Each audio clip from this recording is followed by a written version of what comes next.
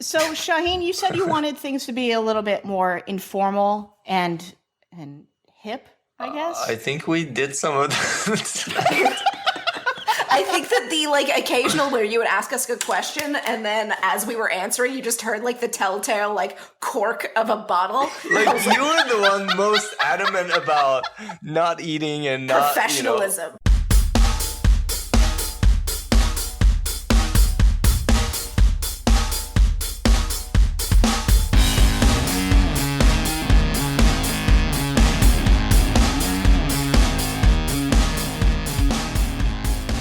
Hello, everyone, and welcome to May We Geek Again, a podcast covering a little show we all know and love called The 100 over on the CW network. We are on episode 3. My name is Jennifer, and I am joined today by my co-hosts, Shaheen and Joe. Hey, guys. Howdy. Hey, guys. Hello. Oh, that was that had a little bit more energy than the last time we did this, which is like burp burp.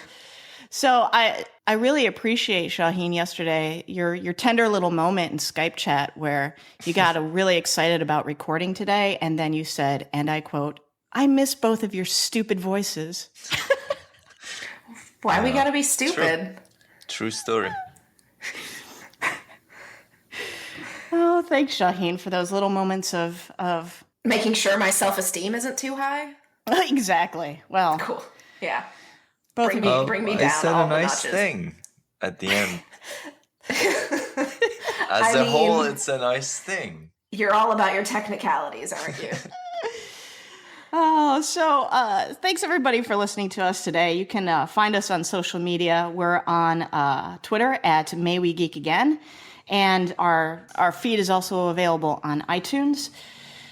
We also started a Facebook page, so it's, I believe it's facebook.com/May We Geek Again. It's actually /. I don't mean to nitpick, but, if you're going to direct people to the internet. It's a it's a /.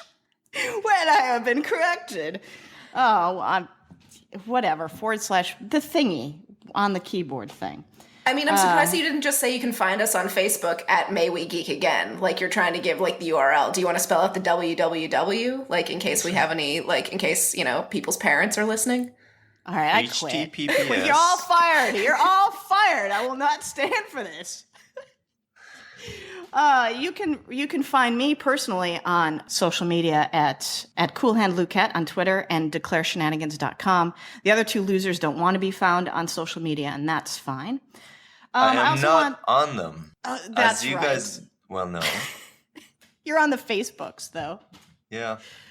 And I just want to do a little shout-out mention of a little fundraiser that Lindsay Morgan is doing, a.k.a. Raven, who we all know and love. She has done a T-shirt that is supporting Equality Florida. Go to represent.com /Lindsay. Is that correct? That's Lindsay with an EY, not an AY. It is an Lindsay. EY, I think, hopefully. Yeah, no, it is. I checked. Okay. And then we'll also tweet and Facebook about it. It's for a good cause, everybody. It's got a picture of Raven on it. And I believe, what is the slogan on the shirt? Oh, God. I'm horrible at this stuff. I think it says we all have our scars or yes, we all like have that. Our battle scars or something. Yeah, something like that. So a lot of the cast are buying them. Like I said, it's for a great cause. So let's get into the podcast talking about the episodes that we watched. We're discussing today episodes 5 through 8 of season 1.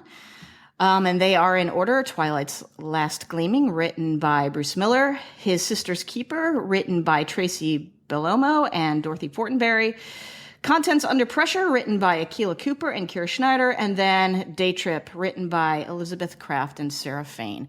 And I have to tell you guys that I really think that these episodes are kind of the crux of where this show really, really starts to define itself and define a lot of its themes.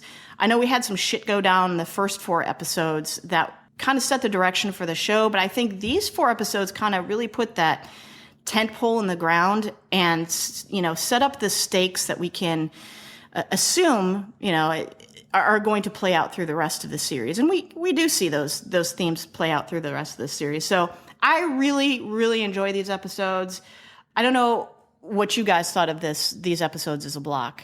I think to your point of them sort of setting up the way that the show goes, I definitely think that we get into some of the really more serious sort of ongoing moral gray areas. I think that the first few episodes where, we deal with Charlotte and Wells and Murphy, that's sort of very like lawlessness.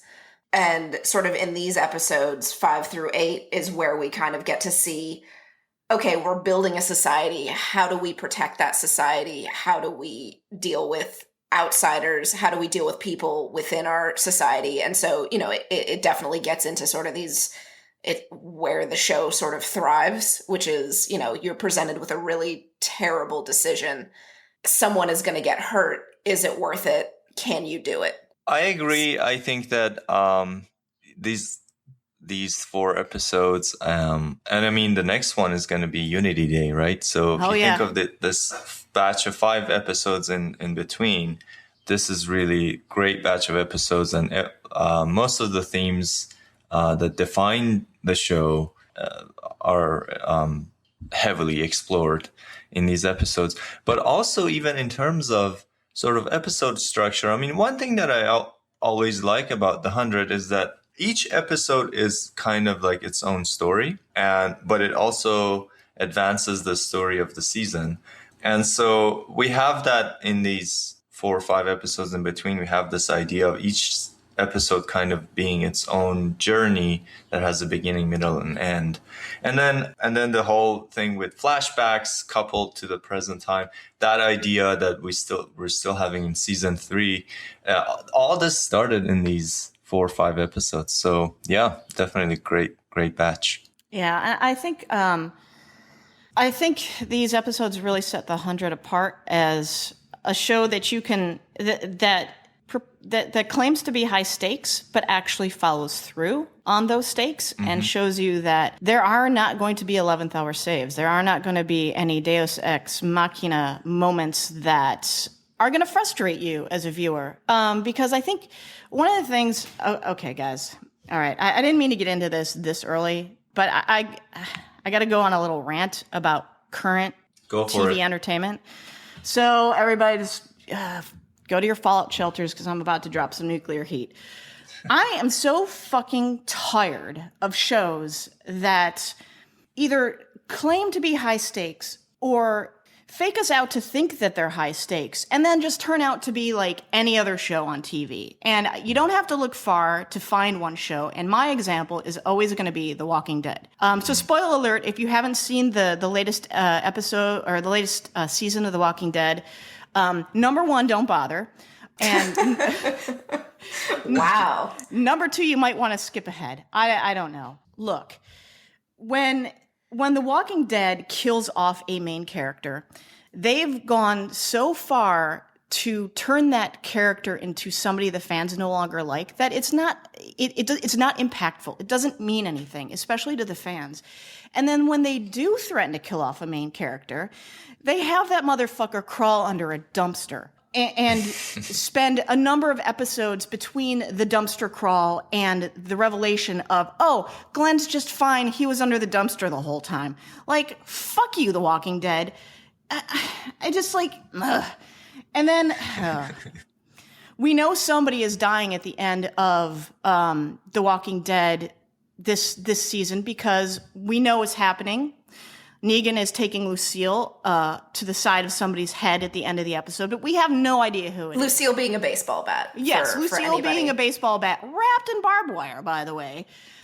She's fancy. She's going out on the town. And I will bet you, what is a bet I can actually do? I will I don't know what I can bet and actually follow through on because I don't want to eat anything weird. But I will bet you that they don't end up killing a main character. They're going to kill a tertiary or a secondary character. They're not going to kill Daryl. They're not going to kill Rick. They're not going to kill Michonne or Glenn. They're certainly not going to kill Glenn after faking his death. So these TV shows are so... I'm pretty look how... I'm pretty sure it's Glenn. That's interesting. Well, I don't even think Glenn makes it out of the comic book. I don't even think he exists very far in the comic book. But they're so far afield now of the comic books that I don't use those as a guide anymore. But it's just like, don't pretend to be high stakes shit if you're not going to follow through. And the 100, I almost said the 100 because I'm old. The 100 and Australian. Wait, what? I said it in Australian because every single interview that you see with the Aussie cast, like they're like, and the 100. I mean, shit, the 100. Maybe it's just me. Anyway, sorry. Well, continue. Then I am in good We can company. just settle with that you're old. Like, we can just cut out my part where I'm talking about the cast and you can just own up to the old. You can fuck off. All right, guys. The 100? I'm just, okay, so it's just like, The 100 is one of the rare shows on TV that sets up really high stakes and actually follows through. We've seen these deaths, both main character deaths and deaths of masses of people, innocent people, die. And I just want to say I appreciate the show so much for not pulling its punches, for being a show that is unafraid to show and tell difficult stories and difficult images. And I'm just, it's just a treasure out there in the world of a bunch of bullshit TV that's really only concerned with building and maintaining just a status quo of bullshit. And that's all that The Walking Dead is. The Fear the Walking Dead is going to turn out the same way. There are many other TV shows that don't have high stakes.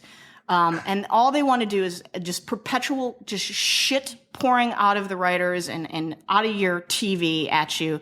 And I'm fucking sick of it. So anyway.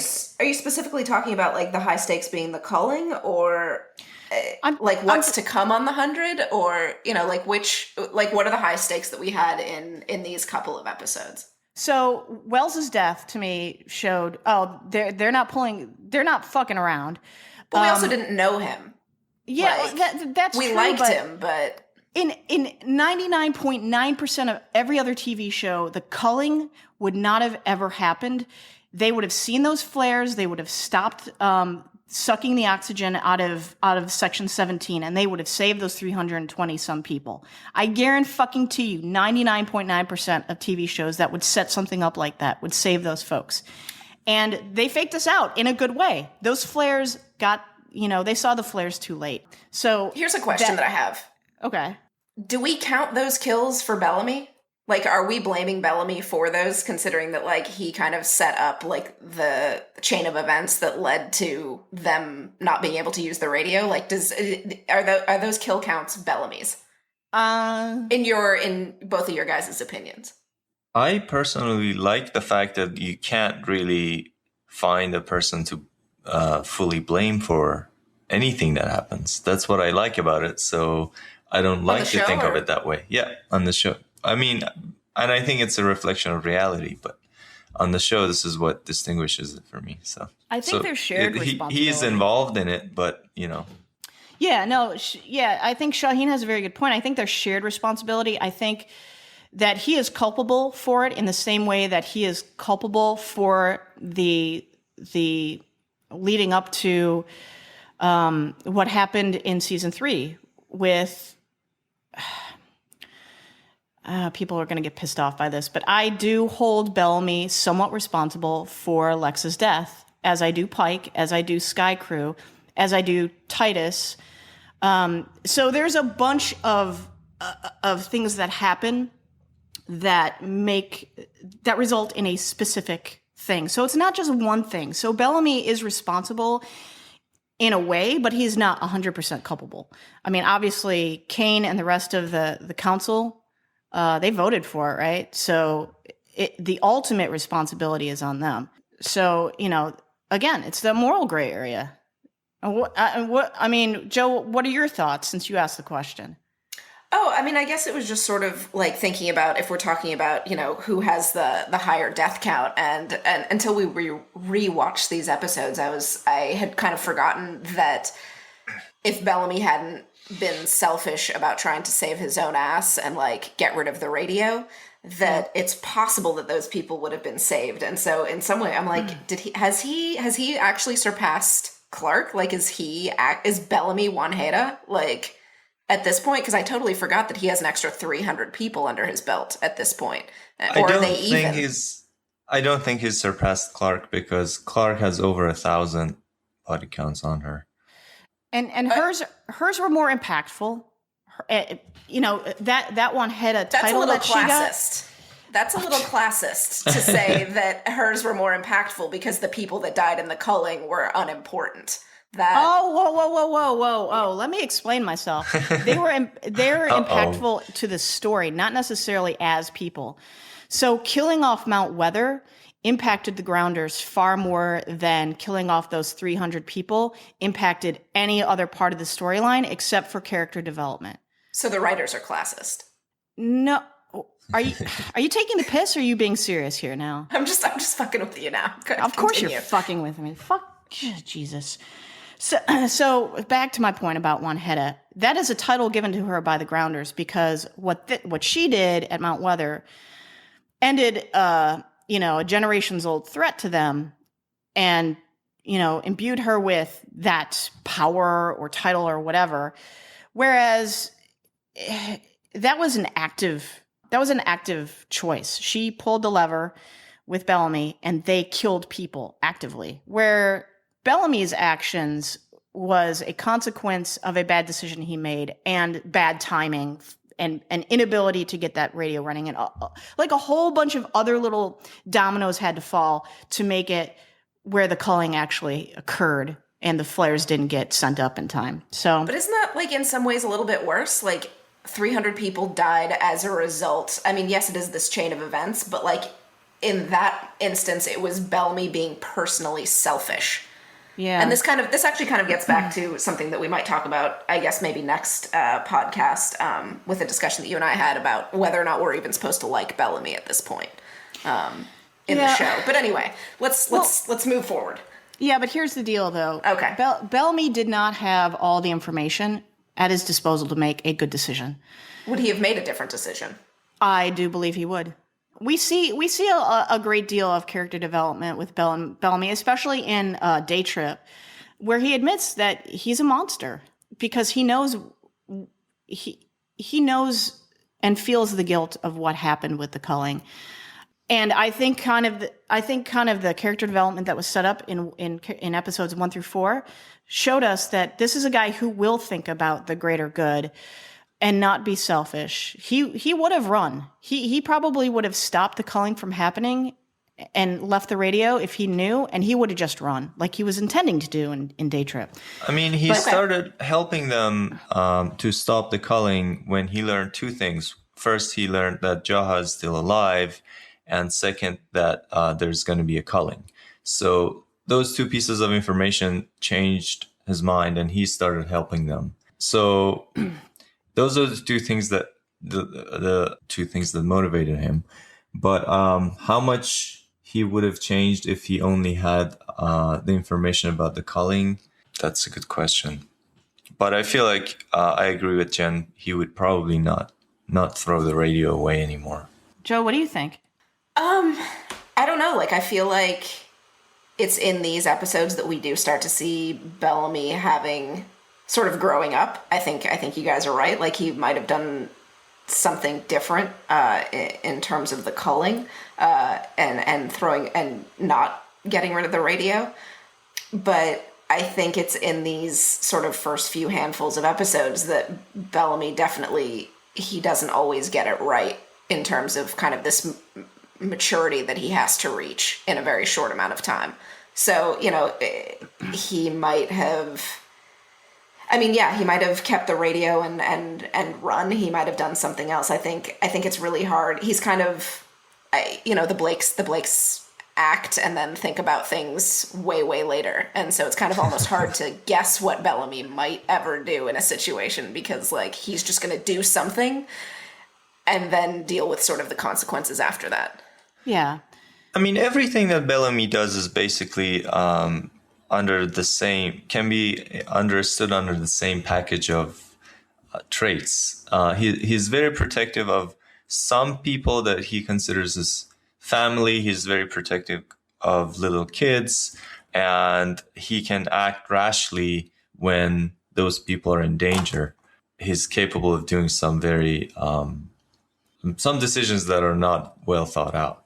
So that's always been the case. And, he's never been sort of just ruthless or, just with no regard with other life. And he's never been so, careful either. So I feel like he's always been consistent. I think this discussion is kind of along the lines of our favorite world building moments. So, Joe, to keep talking about the culling a little bit, you had an interesting comment that the volunteers just weren't limited to men. Do you want to kind of explore that a little bit more? Yeah, I mean, like if you, getting back to something like, the easy example, of course, would be the Titanic or something like that. The sort of tradition and way things, have always been presented to us in media and stuff, is women and children first get saved. In this case, when you look at the people who had volunteered for the culling, it was sort of, apart from the fact that there were no children, and it certainly wasn't only the elderly, it was able-bodied, young, relatively, adults of both sexes who were volunteering and sort of allowed to volunteer, which it sort of gives you not necessarily like hope for the future or anything like that, but it's just an interesting sort of small little detail, in the same way that I feel like Battlestar Galactica would have sort of those details of, men and women occupying the same, posts in their military. It was just a small detail that I liked, and that it wasn't shoved down our throats, and you kind of didn't even pay attention to it in that what I like to call the Rudy scene, where everyone kind of goes in one by one to volunteer. It was just something that struck me about a detail that they wanted to very clearly make obvious. Yeah. I also, in regards to the culling, just one thing that I want to just plant this little nugget. I was thinking about it, and I was wondering if the culling is perhaps Sky Crew's brightest moment in the show. Because have they ever done anything altruistic since, or have they just been agents of death in this world? We don't have to discuss that, but just think about that moving forward. I have a very, very specific theory that Sky Crew is probably the worst thing to have happened to Earth since the nuclear disaster, because they just come to the ground and fuck shit up for 3 seasons. Walking pox blankets. They're just smallpox. Yeah. Also, from a population genetics standpoint, you're eliminating the most cooperative genes in your population. The most docile. The most the ones that are readily sacrificing themselves. The most altruistic genes are just being deleted. So you're saying that they should have, like, everyone that volunteered should be put into, like, Sector 17, and then they should have gotten rid of the oxygen out of all of the other sectors? Exactly. Like the ones that are least willing to cooperate, just throw them out. Joke's on you. You guys actually lose oxygen? Yeah. Nice. That would have been a far different show. It would have worked.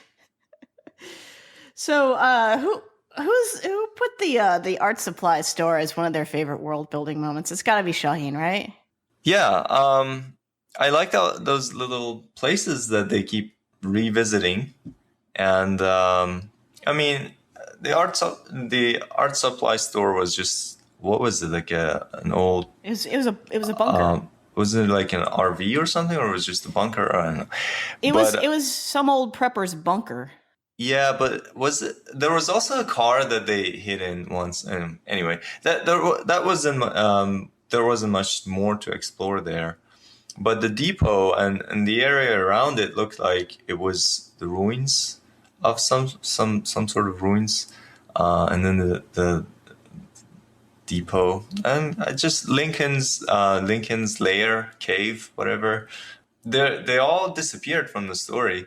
Like, it would have been nice if Octavia revisited Lincoln's cave in season 3. They probably scrapped the set for something. Yeah, or, it got used up in someone else's, some other shooting that happens in Vancouver. They're like, hey, do you guys have a cave? Right. Can we borrow ski this for a minute? Anymore. Yeah. But I would have liked to have. I feel like there was so much that we got from season 1 that like just is completely gone now. Like the 2-headed deer, the glowing forest, like all the shit that we were like, oh, that's really cool. And then they're like, yeah, that was it. You get it once and then now we're done. Yeah. Yeah. That's going to be the issue with any sort of serialized television where they're trying to move the story forward and they're introducing new stuff into it. And maybe some of the old stuff that they had introduced way early on just doesn't quite fit anymore into that world, or it doesn't warrant the time spent on it.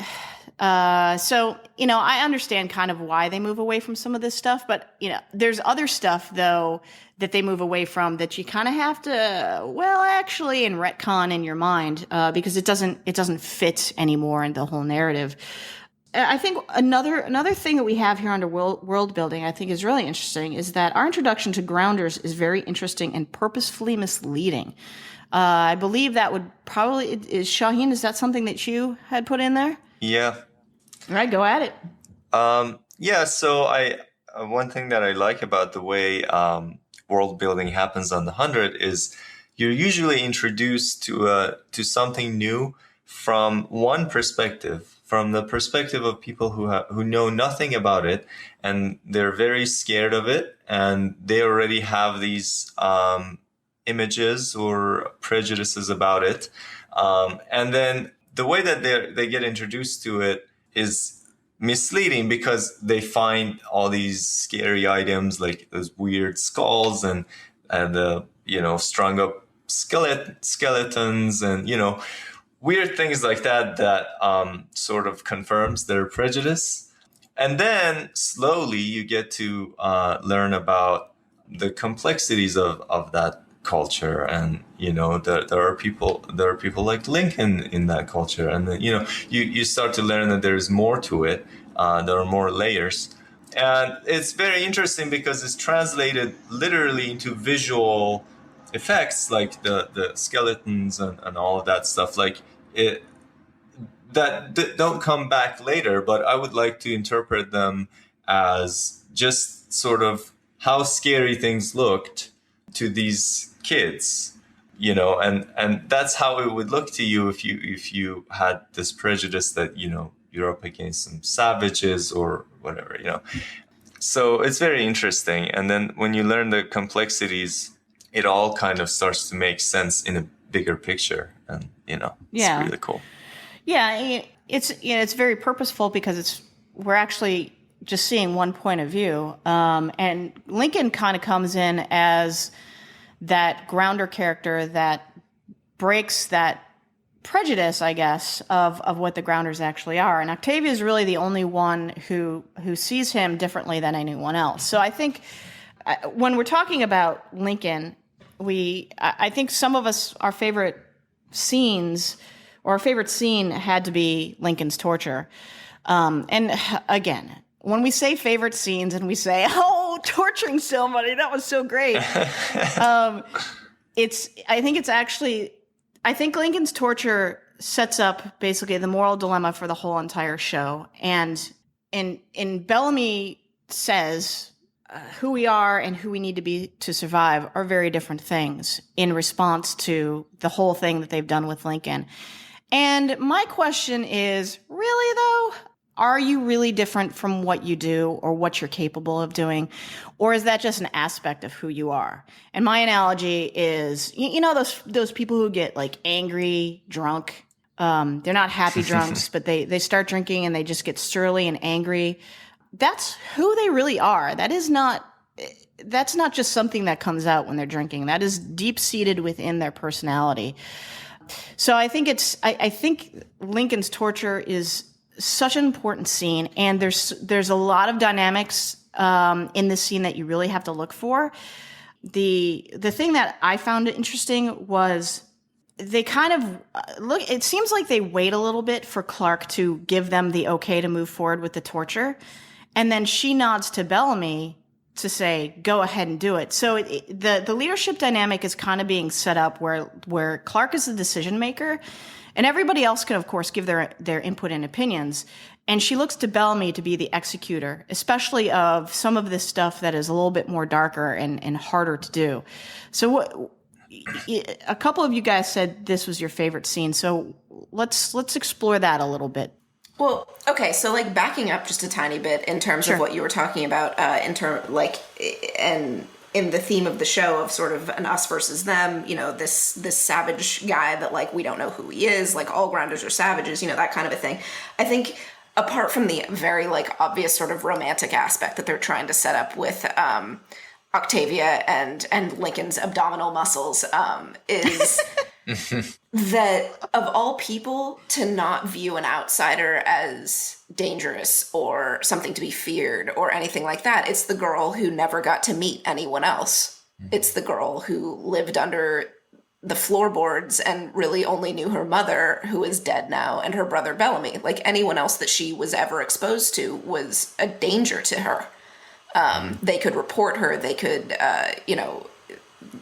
she did, the one time she did leave and went to that party, you know, bad shit happened and she got caught. So of all people to be the most open-minded about a stranger, it's the girl who had to fear all of her own people.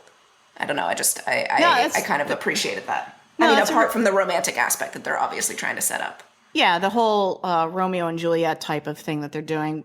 I think it's also interesting just with Octavia, like how does she have any social skills? Well, she doesn't. Did you see how she like went into the party? Like she was totally the homeschooled kid who was like super awkward. And you're like, I mean, you're lucky you're pretty. But anyway, in terms of the tortures, sorry, go ahead, Shaheen. Sorry. One thing about Octavia is that she doesn't feel any sense of belonging to Sky Crew because she's never been with them. And so she's open to identifying with any culture or any site that she wants. So she's more open to the grounders from the very beginning because she doesn't think the Sky people are, you know, that big a deal anyway. Yeah, I think that's interesting. And also it's through these 4 episodes, it's very noticeable that Bellamy and Octavia become estranged from one another, blaming each other for their mother's death. Bellamy is resentful that he had to take care of Octavia and protect her all this time. And Octavia, of course, had no control over any of it. I mean, she didn't ask to be born. She didn't ask to have to be hidden under the floor. Mm-hmm. So one of my favorite things about these 4 episodes is kind of the setup of this dynamic between brother and sister and how they kind of ebb and flow with one another as far as loving one another and then being resentful because of their past. And then, of course, as you move forward, especially into season 3, the actions that one sibling does in order to, quote unquote, protect the other sibling doesn't work out too well. And, in fact, works out rather tragically for Octavia.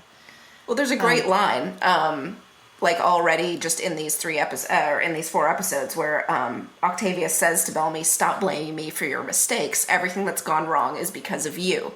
And exactly. Like that, she said basically the exact same thing to him in season 3, and you know, it's something that I think one of Bellamy's big arcs is like he makes these rash decisions and he rationalizes all of them based on all of these external factors when it's really his own internal processing or lack thereof that like actually causes these actions. Like there's no reason for him to necessarily always go out and do these things, but you know, for Octavia to just call him out and be like, you know, this isn't my fault, you know, you do this. And, you know, she called him out about Lincoln, you know, in season 3. Like, I thought that was actually, I wouldn't be surprised, obviously, if that was a dialogue parallel that they were aware of.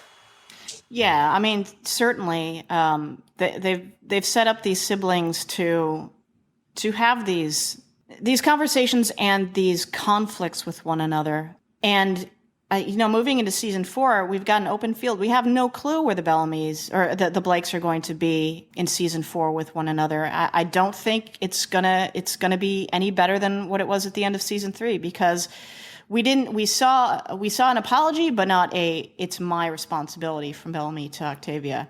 So talking about the Blakes, we did get some feedback from one of our listeners, Danny, who really needs us to discuss a very important topic when it comes to the Blakes.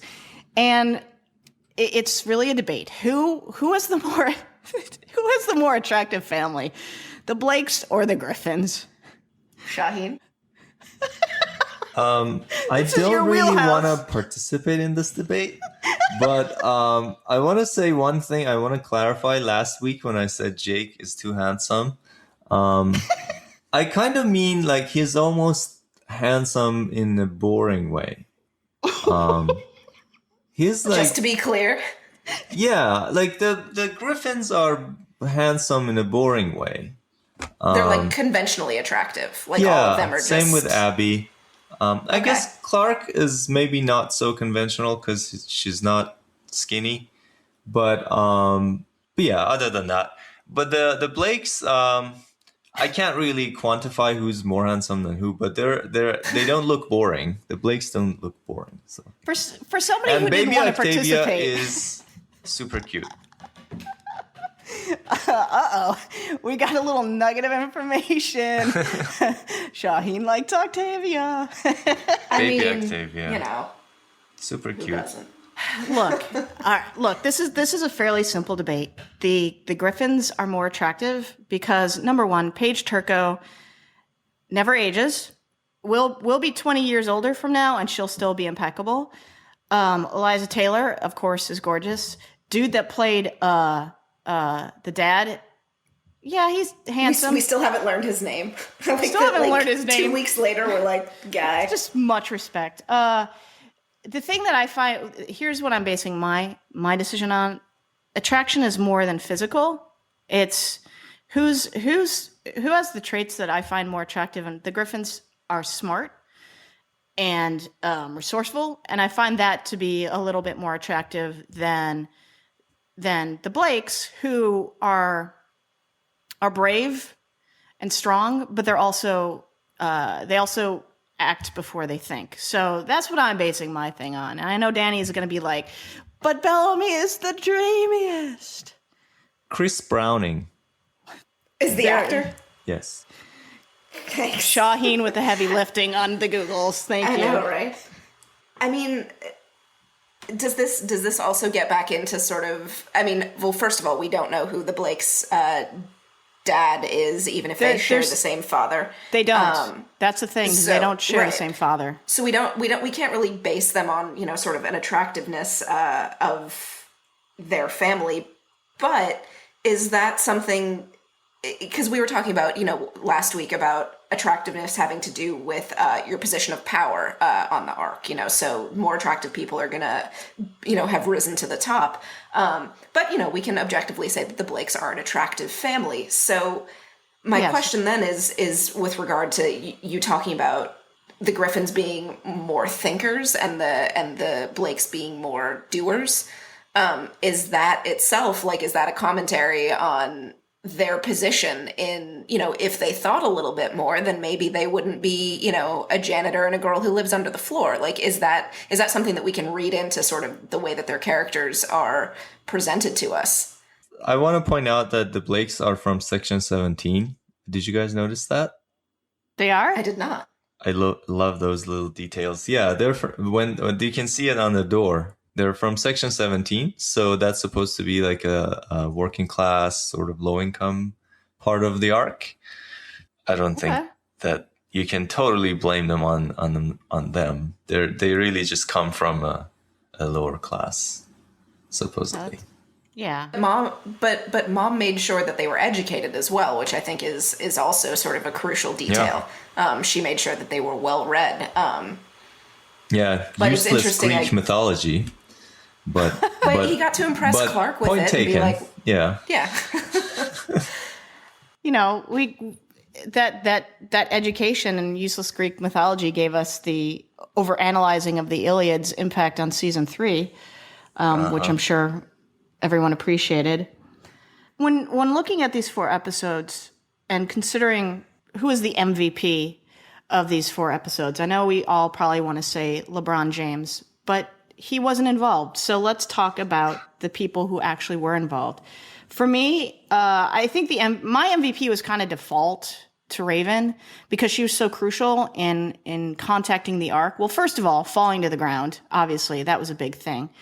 And then having the mechanic know-how and skill to rebuild the radio and contact the Ark so they could let them know, hey, we're alive down here, and set up that line of communication was vitally important. So she's my MVP.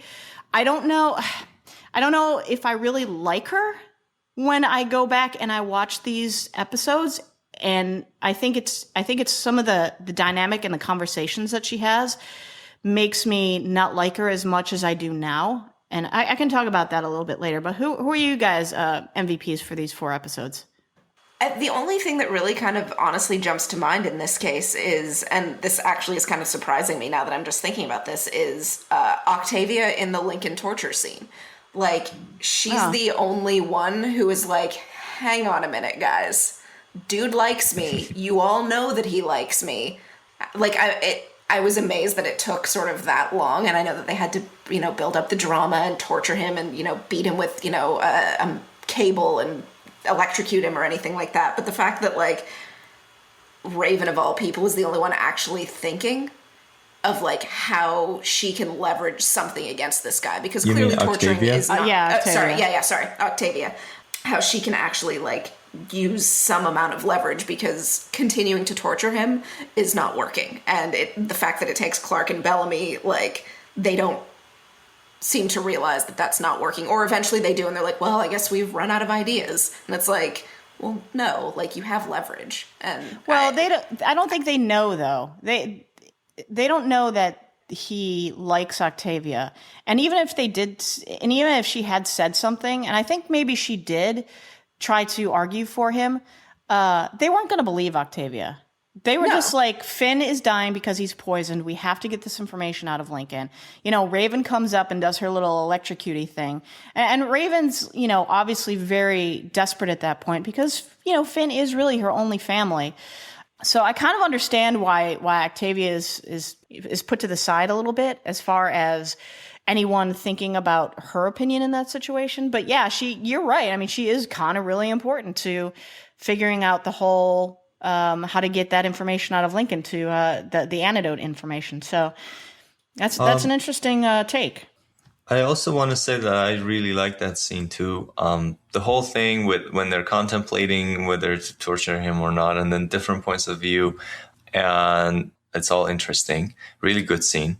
Also, I'm interested to know what Lincoln's thought process was, because it kind of not like him to just let Finn die, and then when Octavia cuts herself and potentially poisons herself, then he is suddenly okay with telling them about the antidote. So he seems less like the sort of impartialist, pacifist kind of Lincoln that we know, and more like someone who cares about Octavia specifically and thinks the rest of them can go to hell or something. So we never, of course, get to know what his thought process was. But other than the fact that, he was generally very scared of communicating with them at all because he thought it would be considered treason, which it was eventually considered to be. So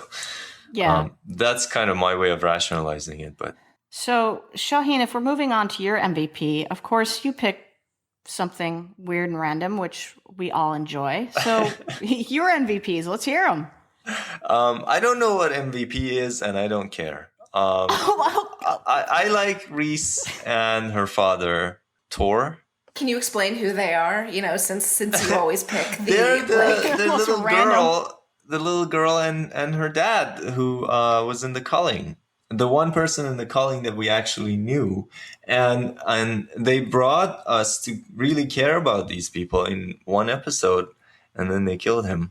So yeah, and they were kind of, I liked how they were real. Like Reese wasn't all sweet and lovely. She was like a little brat, and she didn't want to hug her dad, and like the hug was more awkward than romantic. I really love that. Like it was real. It was like a real father-daughter relationship. So I really cared about them. And then he went and died. That to me made the impact of the calling much, much bigger. So they played a valuable part. Were they the most valuable player? I don't know. Yeah, that's what MVP means, most valuable player. In that episode, I think they were. I don't know what MVP means, and I don't care. Thanks, Shaheen. Yeah. Thanks for asking beforehand what these terms mean. Oh my God. He has a problem with acronyms. We've already established this. Yes, but I actually looked this one up, and I know what it stands for. I have to look it up every time someone says MVP. I have to look it up.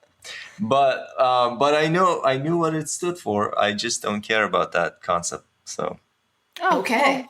Well, that's great that you don't care. I picked a valuable player. I'm not in the business of determining who is most. Well, it's your personal who is most valuable, and like I said, mine was pretty just default because Raven played a very key role. I think you're right. Like Reese and her father played a key role in getting us to care about those 300 people, because we're going to assume that they all have families and people that they care about. And it's great that they have just these two point of view characters. And Shaheen, you're right. They do have a real father-daughter relationship. She's like, I don't want to give you a hug. And he's like, that would not be his ideal goodbye from his daughter, but he's going to take it because that's the last time he's going to see her. And of course you get, the scene at the end where he's holding her barrette and he eventually, passes out, and then the barrette falls from his hand, and we're all just like, this is really happening, isn't it? There's like, it's too late. I was thinking that maybe like they will open the door at the last minute. I was like, no way. The very first time, I was like, no way this guy is gonna die with his daughter's bread in his hands. Yeah.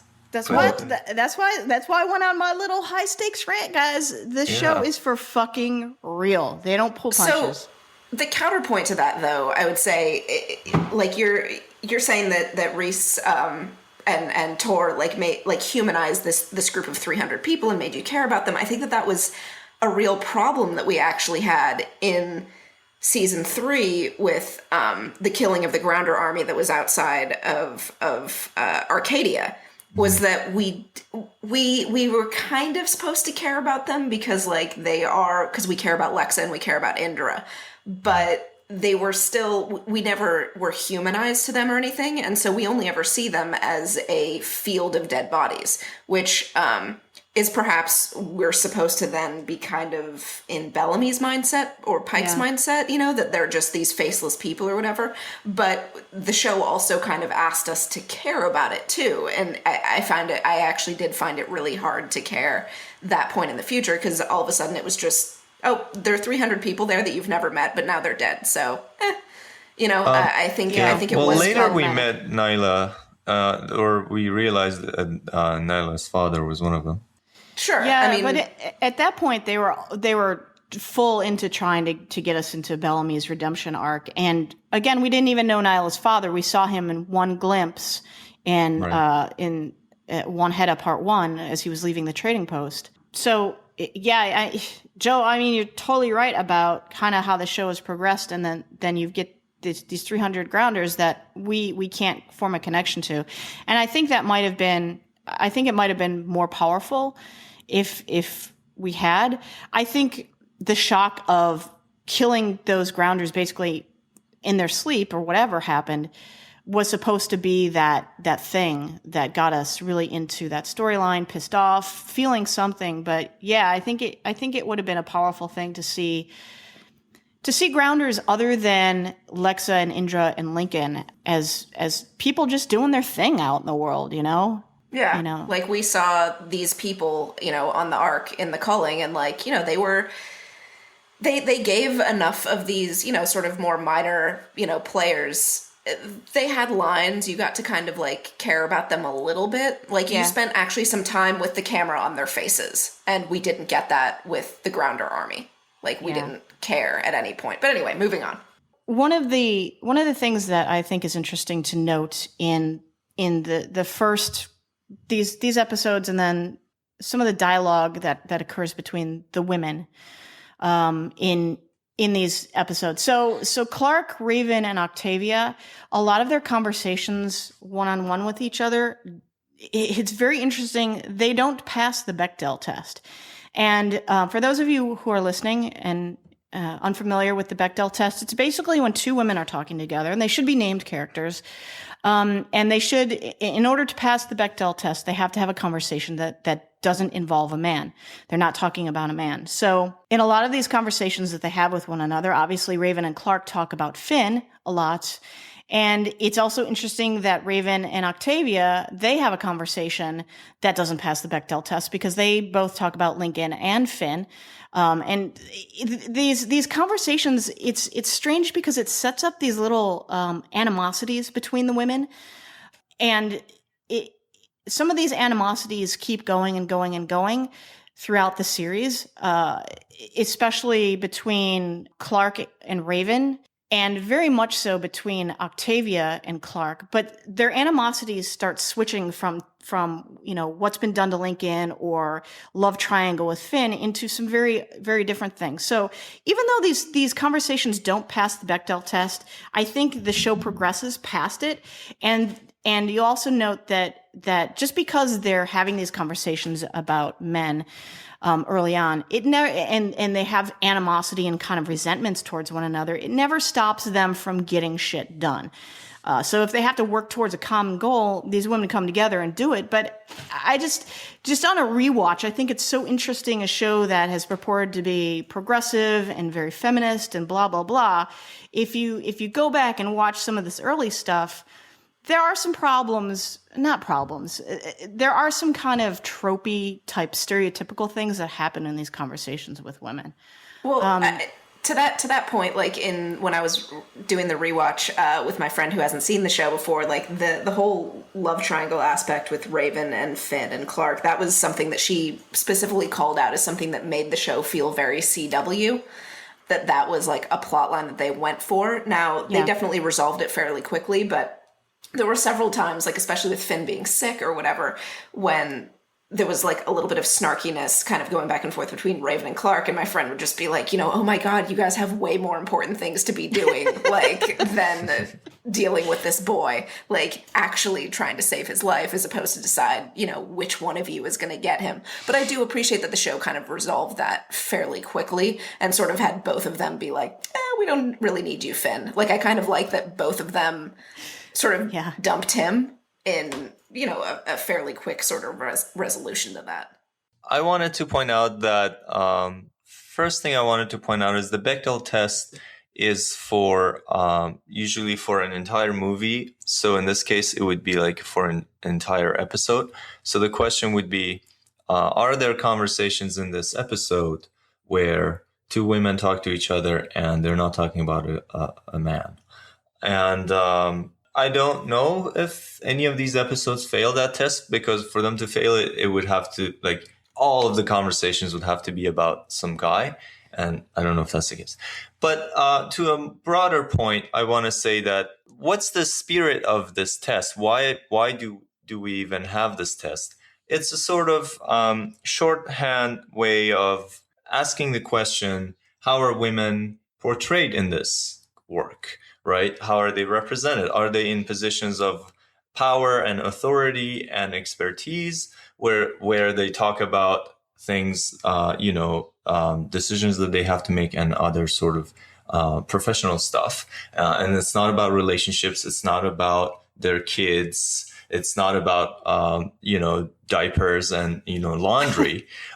It's about, or cooking, they're talking about, real stuff. That's the spirit of the test, right? And when you look at a show like, say, Breaking Bad, which is, gets so much praise, you see a lot of the stuff happening. Like it's in that context that it bothers me when you see like women are all housekeepers, pregnant, whatever, so it's like they're always cooking, making dinner. So and then when they talk to each other, it's like Marie and Skylar talking about Walt or Hank, or so that's when it becomes annoying, right? So the stakes are high enough in the 100 to be like, we can have a conversation between Clark and Raven that is about Finn because he is fucking dying. Like, that's sure. I mean, like, Clark and Raven don't, like, they're just like any other, just two people, just persons in this story. They do things, they decide matters of life and death and technical stuff, and how to build a radio and how to contact the Ark, and they also talk about their shared love and their whatever. So it all happens, and I'm not bothered by it. I'm not bringing this up because I'm not bringing this up because I'm especially bothered by it, because I think they quickly move past it, and I think these conversations aren't vital and they don't define the characters, and they don't necessarily always push their stories forward. But I just thought, just on the rewatch, it was just something that dawned on me. I was like, so they're not passing the Bechdel test, but at the same time, it's not really that big a deal because they eventually will, and it's the whole show and the characters and their dialogue between one another becomes a lot more interesting as we move through the show. So I'm not trying to lay any dispersion at the feet of the writers or anything like that. It was just something that, it's a small little nitpicky things that you kind of notice on a rewatch that you come to appreciate and start thinking about. I know one of the things that you wanted to talk about, Shaheen, as far as some of the major themes introduced in these episodes is war and conflict. So what were your thoughts around that? Why is this something that's important for you to discuss? Obviously, it's a war story, and, it continues to be a war story. But I really like, one of the things that I really like about how conflict is portrayed on the 100, especially the Grounder Sky People conflict, is that it's really fucking hard to say when the war actually started. And I really love that, because I think that's something that people often don't realize in real life, that trying to assign blame for who started the war or who's responsible for it is a lot of times just pointless, because you can always trace it back to something else, right? So, like, did the war start when the 100 landed, or when Jasper got speared, or when they shot the flares, or when the Grounders started killing the delinquents in the woods? Like, each event is caused by something before it, and it just kind of traces back to an unclear beginning, right? It's, I think, very thought-provoking in that way. And of course, eventually you come to see both sides of it, and you start to really ask yourself, who's to blame? Because now, through this work of fiction, you're now connected to real characters on both sides. So you can kind of see the situation from both sides. And that's great. That's something that I think not very many shows accomplish. I mean, even if you think about the ones that are in this genre and, supposed to be very similar, like BSG, Battlestar Galactica, you never really come to sympathize with the Cylons and see the story from their side. They kind of seem like they might have a side to their story, but it's all obscure and strange, and we don't really spend much time with it. But the 100 is really special in this way. So I don't know. What do you guys think? I would say, like, jumping ahead ever so slightly to the next batch of episodes that we're going to watch, there's actually a scene that, like, is exactly what you're talking about, where Clark and Anya are on the bridge, and Clark is like, hey, you guys attacked us. And Anya's like, listen, you landed in our territory. You like wandered around into it, and you sent missiles and burned down one of our villages. Like, granted, it was flares, so it was unintentional, but from the perspective of the grounders, like, these are an invading people from the sky who came here and started blowing their shit up. Like, obviously, I actually really liked that we got that other side of it that like laid out every single thing that the Sky Crew had done, and well, of course they would be seen as violent invaders. And Clark even says like, oh, I can see your point. Like, she immediately backed down and was like, oh, when you put it like that, I can really see why you are upset about this. Let's open a dialogue. So actually, again, that's jumping ahead a little bit, but I think to Clark's character, I think that was kind of one of her very early, very strong moments of not everything is her own perspective. Not everything is Sky Crew perspective. Right. I also like that none of these factions in this conflict, the Sky People, the Grounders, the Mountain Men, none of these factions really map perfectly onto either like us, like our civilization, or any situation that we've had. I know that a lot of people try to compare this to colonialism and that kind of issue, but it has similarities, obviously, but doesn't map onto it perfectly. Like, obviously, for example, for one thing, the Sky People definitely don't have the military advantage. So, all things considered, they're not in a position of military power in this conflict. So that kind of throws this analogy out of whack. And I like that. I like that it kind of helps us detach ourselves from any conflict that might exist in our world. And even though you kind of see parallels, nothing maps perfectly, because otherwise people would be very partial and biased about it. Or if you think of, like the conflicts in the Middle East, like the Israeli-Palestinian conflict, it has similarities, but it doesn't map perfectly onto it. So I like that. I think that the conflict is done very well because it does show you both sides and the considerations that each side has in place, when really it's about protecting their people. I mean, it always comes back to doing whatever they need for their people to survive. I kind of wonder, and I don't know if this was ever answered in the series, what did the Grounders first think when Sky Crew landed, when the delinquents landed? Like, who the fuck are these people? Where did they come from? Did they have any knowledge that there was anything up in space that could send a drop ship down? I mean, I think that they did, because Lincoln talks about it in season 2. Yeah, well, Lincoln, I guess somebody had come down in a pod before, and Lincoln found him. Apparently did that as a way of doing suicide. So. But like to have like a group of like 100 people just suddenly, like 100 people who were obviously not there to kill themselves, 100 kids, like I'm surprised about the show that like that wasn't, and considering like that Becca, the very first commander came from the sky and stuff like that, like I kind of would have expected there to be like a lot more like Grounder religion mythology like about that.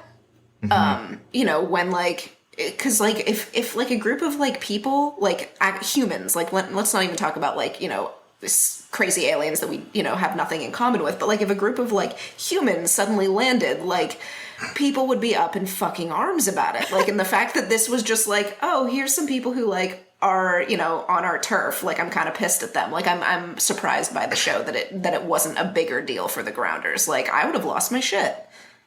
My understanding was always that, or my assumption was that they were really, or what's the word? What did you say? Up in the arms about it, like they up in the arms. Yes. What did you say, Joe? Of an angel. I think it's up in arms about it. Yeah, I think that I thought that's why they speared Jasper, because they were just getting ready to kill all of them. That's always what I assumed. They were just working up to it. And the flares kind of just was the last straw for them. That's how I thought. I assumed that they speared Jasper to stop him from entering into Mount Weather territory and triggering acid fog. I don't think that makes sense because the acid fog got triggered a bunch of times by the grounders themselves, and it was a regular thing, and they had a horn system worked out, and so I don't know, why is that such a big deal? And they almost killed him, so I don't know. He was supposed to die, so it's like a kind of, if it's a warning, it's And we're supposed to assume that these people just decided that spears are better than words. Well, but I mean, so if you consider what we learn later on about the Grounders, and that there's 12 clans, and that there are obviously some very violent and warring factions, such as Ice Nation, I can understand why their first instinct would be to resort to violence, because they assume that anyone in their territory is going to have some malicious intent, right? So why would Tree Crew treat Sky Crew any differently than they would an Azgeda incursion into their territory? They're like, you're on my land. You either get the fuck out, or we'll just kill you. We'll go with killing you. Why Tree Crew didn't just wipe the 100 off the face of the earth as soon as they landed, when they obviously were like babes in the woods, had no fucking clue what they were doing, had no weaponry, didn't have walls built up. That's what I'm like, well, you guys had the opportunity to kill them straight off, basically from the moment they landed, but you didn't, which makes me wonder how organized Tree Crew is as a clan, because we know they have different villages here and there, but is there really any organization? These are kind of like mysteries that we never really learn. And even though we move forward in the whole series and we learn about the commander and that mythology and the 12 clans united, blah, blah, blah, there's still a lot of knowledge gaps that are never answered for us. And again, I think that the story just naturally moved forward. The narrative isn't going to go back and revisit some of these plot holes because, number one, it can't afford to, and number two, they're just not important to moving the whole storyline forward. So it all comes down to if Anya and Clark just could have completed that conversation on the bridge, if people just fucking talk shit out. Which Finn set up, by the way. Yeah, well, we're getting ahead of ourselves, but Finn and Lincoln working together. I don't know why I'm the Finn defender here, but Finn defender. Just trying to balance the hatred. I don't have hatred in my heart towards anyone. You do. Just admit it. It's okay. It's your way of getting your hate out, because otherwise you go out and take it out on real people. So, I do all the time at work. So it's you pick a colleague that you hate that week and you give them a name tag that just says Finn, and that's all you call them for the whole week. You're like, you're Finn this week. It's like employee of the week, except opposite. Yeah, and I just kind of ride their ass because I give zero fucks. Wait, okay. What? Figuratively, not literally. I don't know your HR department policies. I don't think anyone does, so that's the nature of HR. The 100, guys, the 100. The 100. Okay. Do you guys have anything else you want to discuss before we start wrapping this episode up? Let's go with our well actuallys. I feel like we've got some good well actuallys. I've got 2 well actuallys. So going into our well actually section. So, well actually, everyone trips balls for hours in Day Trip, but somehow Clark is like fine after a half hour and she realizes her dad isn't real. Like, dude, seriously? Like, everyone's back at camp being the most beautiful broom and a broom closet full of brooms and eating pine cones because they tell them to. But Clark's like, has a chat with her dad, and then like, oh, you're not real. And then, of course, I think we need to start something with Clark. It's called concussion count, because she gets nailed in the back of the head by, what's the dude's name that goes after Bellamy? I don't know, but he was like 45 years old. Dax. I was like, you are the worst example of an almost 18-year-old. Like, this dude was old. He had an ARP card. Right? Yeah, so he clocks her in the back of the head. It's so we've Dax, got concussion. right? Yeah, it's Dax. Yeah. So concussion count number 1.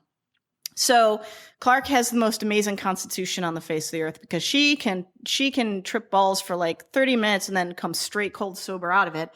And then my other well actually is that Clark and the rest of them fear that they're vulnerable to winter and exposure. And they tell the Ark this. Hey, but guess what? Winter never comes. The Starks would be greatly disappointed. There are no White Walkers. I thought the winter was the 3 months that we skipped. At the end of season 2. That's the shortest ass winter I've ever seen. I don't know. They might have had winter, but it's unclear. I actually saw a calculation of this. Like there is a date that they landed, like November or whatever, and there's, if you think about it, it kind of falls. The beginning of winter falls at the end of season 2. So. Okay, then how the fuck did Clark stay alive out in the woods? Like, not to be whatever, like... It's Clark. Yeah. How did Clark survive an East Coast winter? That makes sense. Yeah. All she did, she slit open a tauntaun and crawled inside it, obviously. And just hibernated? Yeah, just inside. Because she has all those concussions, she can slow down her rotting tauntaun course. At this point, can she pass the NFL concussion protocol? I would say no. And then we've got somebody else here has a well. You know that one was not mine. You know that one is Shaheen's. So the sacred plant. Sorry, botanist Shaheen now. Did you notice how they water the sacred plant or whatever it is? Like a little eyedropper.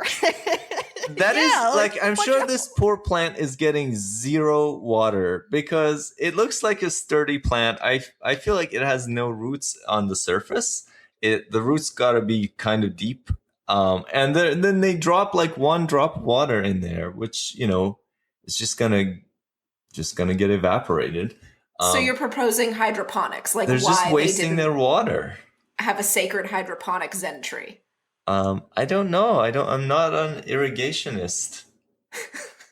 But I know that won't work. I know that much. Well, actually. So. Yeah. That's fair. That's all I had. So we had some pretty good well actuallys for these episodes. In response to a comment, was it Danny's comment about the sun? Oh my God, we're going to get into details here, aren't we? You actually feel the electromagnetic waves on your skin, whether you're outside on this side of the glass or on the other side, doesn't matter. So Clark has felt the sun? Yes. Okay. Except for the part that gets reflected off the window. But is it perceptible? Like, is it perceptible in space? Like, does she feel warmth through the glass? Of course, yeah. Oh my God. Do we know that? I mean, warmth is just light. So as long as you feel light, you feel warmth. All right. All right. Yeah. I mean, physically speaking, it makes no sense. But we can accept that Clark is a poet. Whatever. Whatever. All right. I thought she was a painter. Anything else you guys want to cover before we start talking about what we're going to be doing next episode and other TV shows to be watching? No. Are we not doing mind-blowing or mind-blowing moments? The other stuff, character arcs?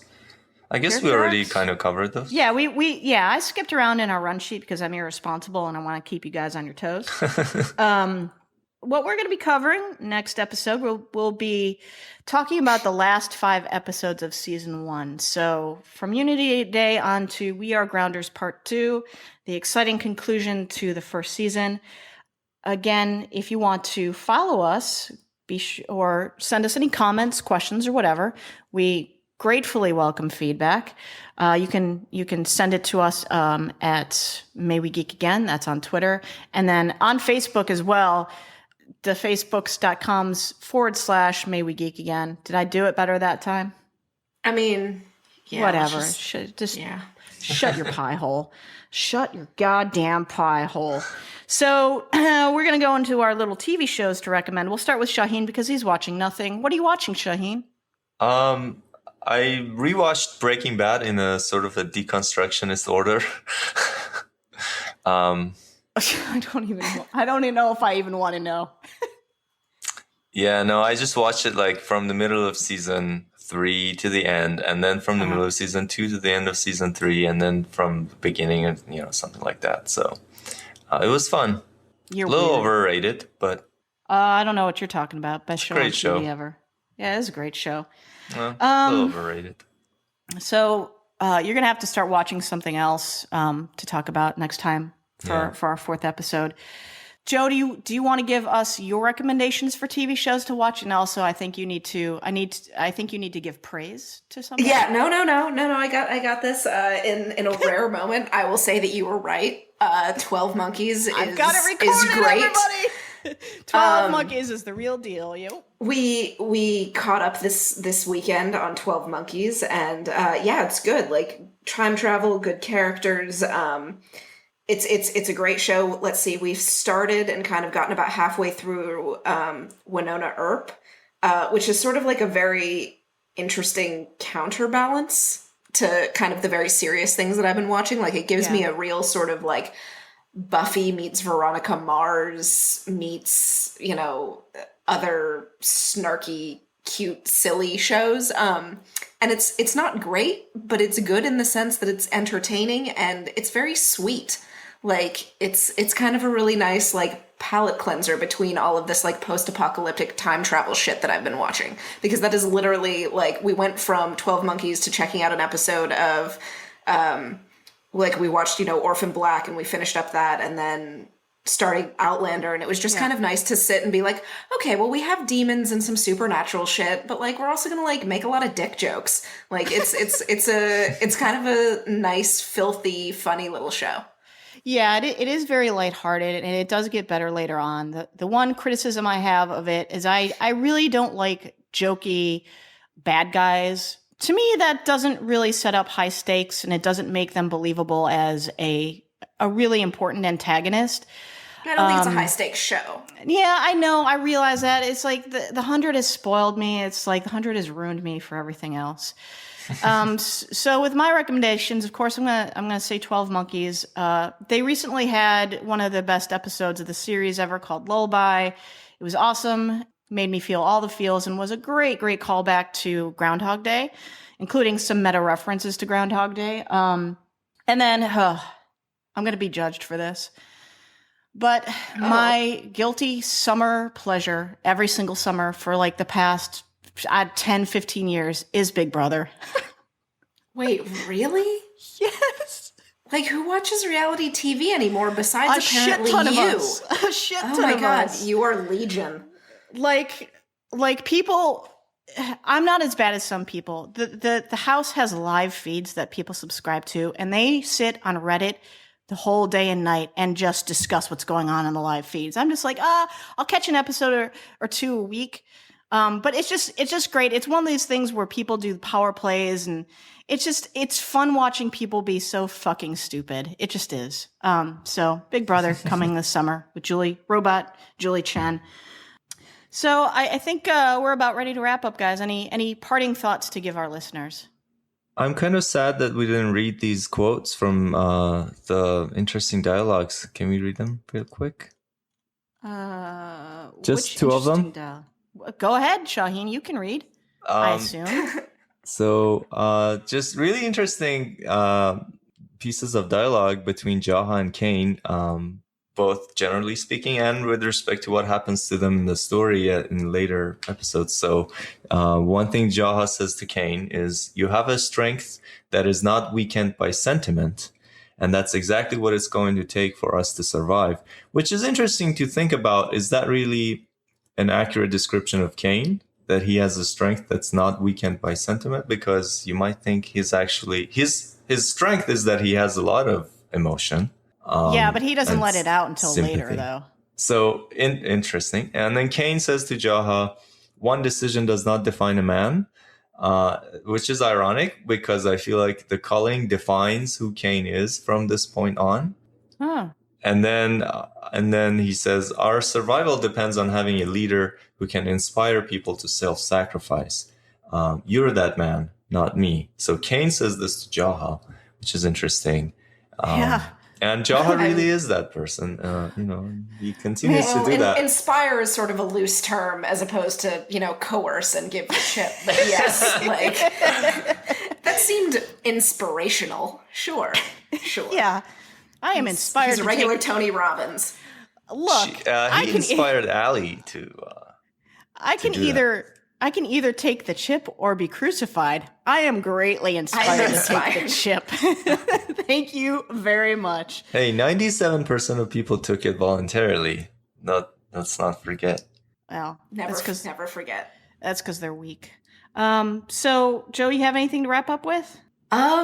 No, I think I'm excited to kind of finish up this season. I remember really liking the season finale and completely misjudging where the show is going by that finale. Like, I kind of thought that we were in a Maze Runner. Well, we'll get to it next week. Whatever. I am excited. No, I am excited. I am excited too. I have a very soft spot in my heart for season 1. I think it's highly underrated, especially when you do these rewatches and you pick up on these little things. You're like, and then you see these things constantly get called back, like Shaheen talking about Jaha and Kane. These things just continue to find these guys, and they don't really.